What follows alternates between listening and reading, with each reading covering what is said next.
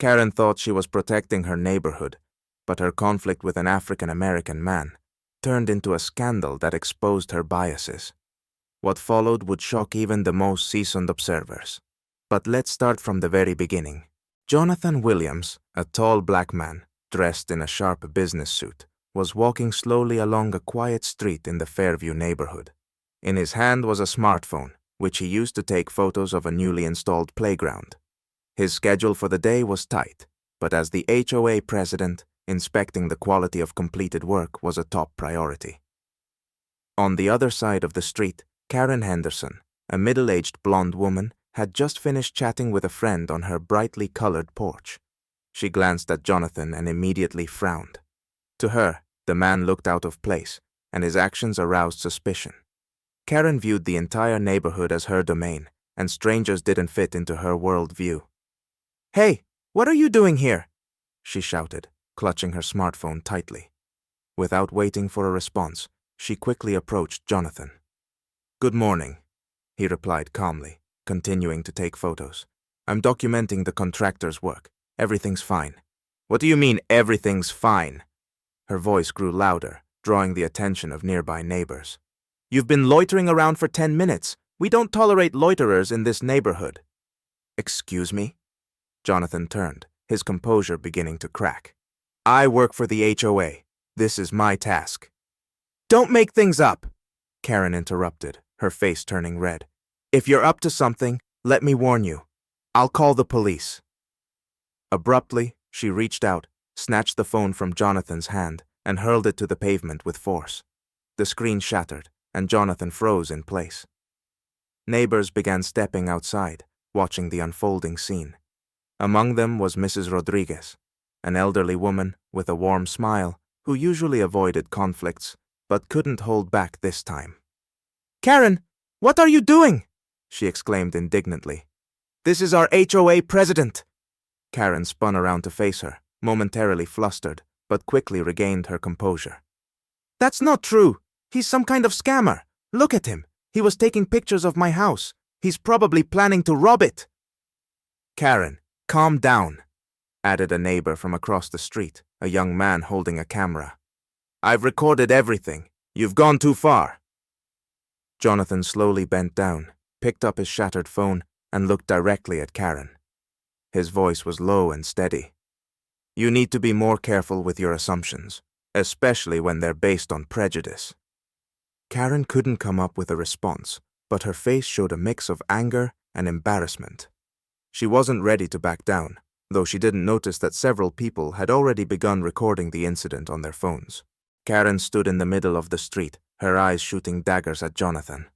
Neighbors began to gather, some silent, others exchanging confused glances.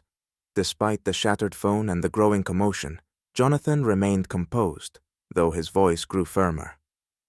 "Karen, I don't know why you've jumped to such conclusions," he said, looking her straight in the eyes. "But I can prove that I'm the HOA president. All you had to do was ask." "Prove it?" Karen scoffed, folding her arms across her chest. "That'll be tough, considering you look more like a suspicious character than the president of anything right now."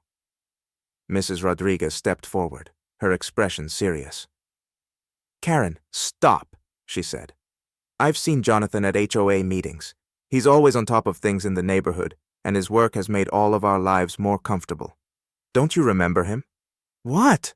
Karen gasped in indignation. "I'm not required to remember every person who's ever shown up at a meeting. And even if that's true, what's he doing near my house?" Michael, the neighbor with the camera, moved closer. "Karen, we all saw you grab his phone and smash it on the ground. That's crossing the line." "I was protecting my property," Karen shouted, glancing around at the crowd for support. "You just don't understand what's going on here. I'm calling the police. They'll figure it out." She pulled out her phone and began dialing. Jonathan raised a hand calmly, signaling he wouldn't interfere. "Please, go ahead," he said evenly. "But remember, filing a false report is a serious offense." His words made Karen pause for a moment, but her fury overpowered her hesitation. She quickly resumed her call, escalating the situation. "Hello, police. There's a suspicious man in our neighborhood. He broke my phone and is threatening me. Please send someone immediately." Several neighbors in the crowd gasped. Michael, with measured calm, remarked, "She's not even trying to tell the truth. It's all on camera. The police will see it." Nearby, children who had been playing stopped and turned to watch the escalating conflict. Their parents hurriedly led them away, not wanting them to get involved in the unpleasant scene. Jonathan kept a steady gaze on Karen, though his expression softened. He knew public disputes rarely ended well, but he wasn't going to shy away from the truth.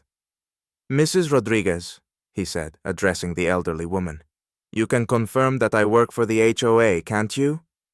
"Of course I can," she replied firmly, and several neighbors nodded in agreement. But Karen seemed fully absorbed in her theatrical performance, ignoring those who stood by Jonathan's side.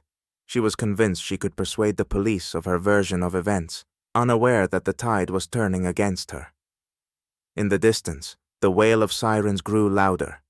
The police were on their way, and the crowd stepped back slightly to make room for the patrol car. Jonathan crossed his arms over his chest, prepared to explain everything to the officers.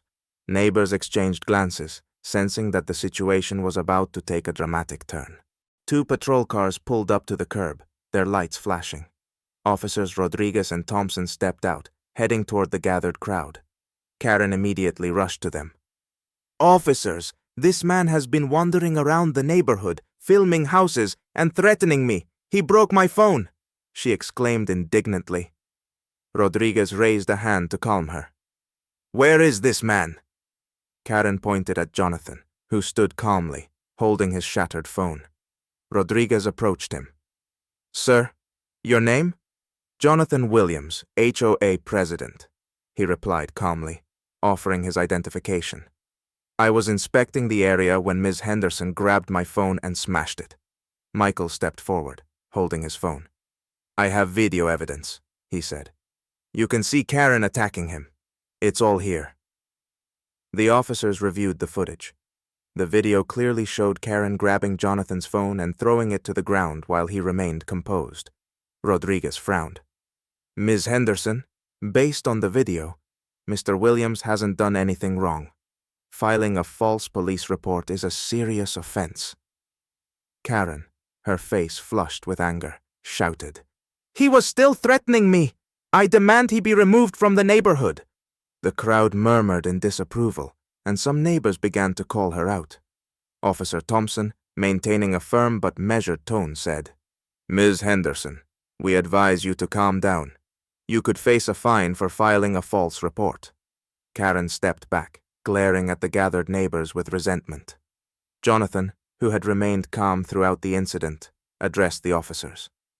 "Thank you, officers. It was important to clear this up." The crowd slowly began to disperse, leaving Karen standing alone. Jonathan watched her, realizing that while the immediate situation was resolved, this likely wasn't the end. The HOA meeting was packed. The incident with Karen had spread beyond Fairview. A video of her outburst was being discussed on forums, and residents were demanding change. Karen, visibly nervous, sat in a corner, avoiding eye contact. Jonathan calmly began the meeting. "The recent incident has affected all of us.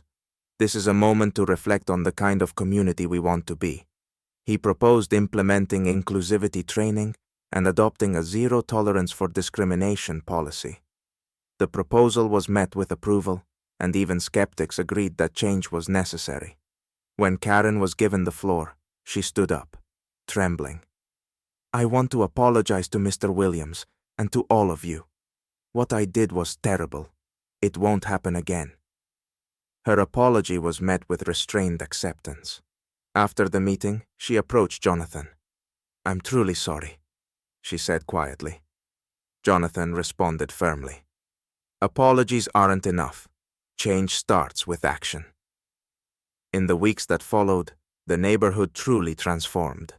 Training sessions, open discussions, and new community-building initiatives made Fairview an example of how a community can overcome its mistakes and grow stronger together.